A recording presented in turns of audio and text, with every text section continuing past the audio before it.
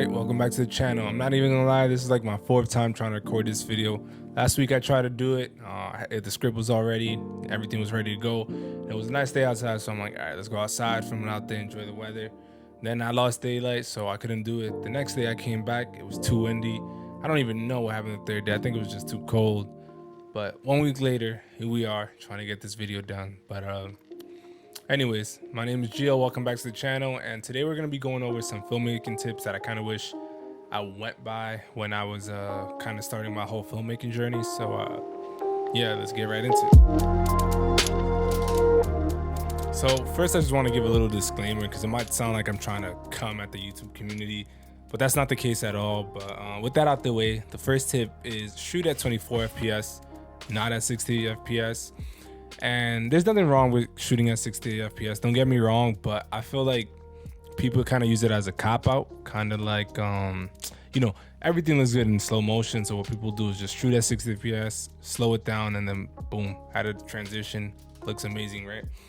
But if you focus on shooting at 24 FPS and prioritize everything else that comes with getting a nice image, such as lighting, camera movement, blocking, you know, the list goes on. But I feel like once you start relying on that 60 FPS, or at least I felt like I was heading down that path when I first started, then I quickly realized like what's really important, like I said, lighting, all that stuff. But yeah, I recommend you focus on shooting at 24 FPS so you can focus on all those things I said: lighting, composition, camera movement, blocking, all that stuff. That's going to be way more important than you might be able to use 60 FPS if it, you know, adds to the story or whatever, but go ahead and shoot at 24 FPS. It'll make you a better filmmaker, in my opinion. All right, so on to tip number 2. This one's more based on gear. We all love gear. I'm not gonna sit here and tell you gear is important, because it is to some extent. I don't think it's all about the gear, but I do think gear plays a role. If you are gonna go out and buy some gear, I recommend you prioritize buying lenses and buying lights. The reason for that is, one, well, your camera is gonna get outdated faster than your lenses and all your lighting gear, right? Cameras come out every year. A couple of them come out every year, actually. But most cameras on the market nowadays, even the lower end ones, can do you justice. But besides that, lenses and lighting, that's what's gonna give your film your look, your mood, the feel, everything.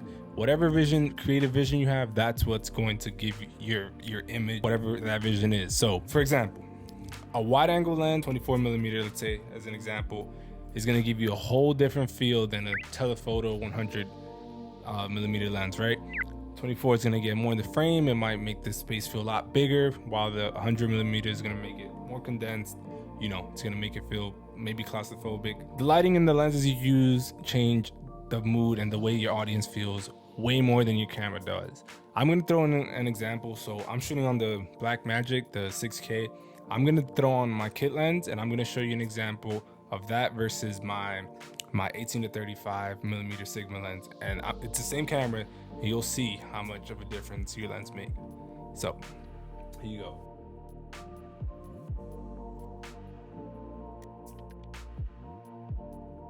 All right, so for my third tip is focus on your audio. Audio is just as important as your video. It's 50-50. In some cases, audio is even more important, but try watching a 480p video or film, whatever, with crispy audio, and then try watching a 4K film with like horrible audio. I'm telling you right now, the one with good audio is gonna be way more enjoyable than the other one.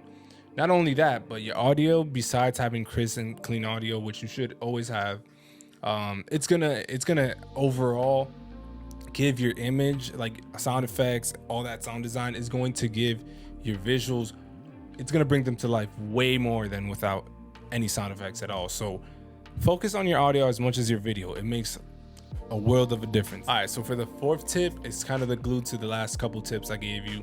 I chose those tips specifically because if you go back and watch any of my videos, you'll see that I always say this, but everything you do should be intentional. All your choices should feed your story, it should enhance your story. And everything I just named, from shooting at 24 FPS to get better at lighting, blocking, you know, all that composition, to getting good audio, and then what was the other one? Oh yeah, to your lenses and your lights.